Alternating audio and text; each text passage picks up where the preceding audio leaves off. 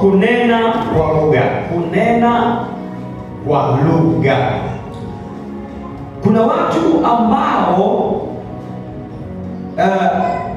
wanazungumza vibaya kwa habari ya kunena kwa lugha.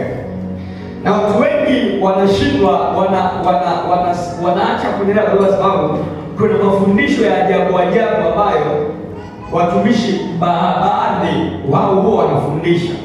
Wanakuambia sijui eti ukinena kwa lugha lazima wawepo mtu kutafsiri sijui nini. Unaongea lugha usiyojua, unaomba kitu gani? Nisikilize, leo nitakufundisha kunena kwa lugha na faida yake. Haleluya. Bwana asifiwe sana. Sasa nini maana ya kunena kwa lugha? Andika, kama unaandika haraka andika ifuatayo. Ya kwanza, kunena kwa lugha. Kunena kwa lugha ni kipawa cha kiroho au cha Roho Mtakatifu kinachohusisha uwezo wa kuzungumza lugha isiyojulikana. Hii ndio pointi yangu kubwa. Isiyojulikana.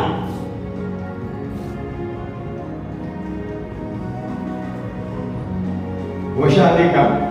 Narudia tena, ni kipawa cha kiroho au cha Roho Mtakatifu kinachohusisha uwezo wa kuzungumza. Kama kitabu usio na haja kuandika, utasoma. Kinachohusisha uwezo wa kuzungumza lugha isiyojulikana. Maana ya pili, kunena kwa lugha ni uwezo unaotolewa na Roho Mtakatifu. Maana tukimwona mtu ananena kwa lugha, tunatakiwa tuone akineneshwa na Roho Mtakatifu. Maana mtu anayenena bila kuongozwa na Roho Mtakatifu, hiyo ni roho nyingine. Bwana asifiwe sana. Amen.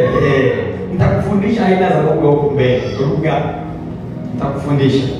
Kwa hiyo nasema ni uwezo unaotolewa na Roho Mtakatifu unaomsaidia mwanadamu kuwasiliana na Mungu moja kwa moja. Hiyo ni nafsi nyingine.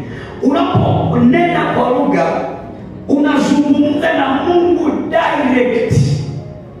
Yaani kunena kwa lugha ni lugha ambayo shetani, mapepo, mizimu hayawezi kuzuia yale maombi.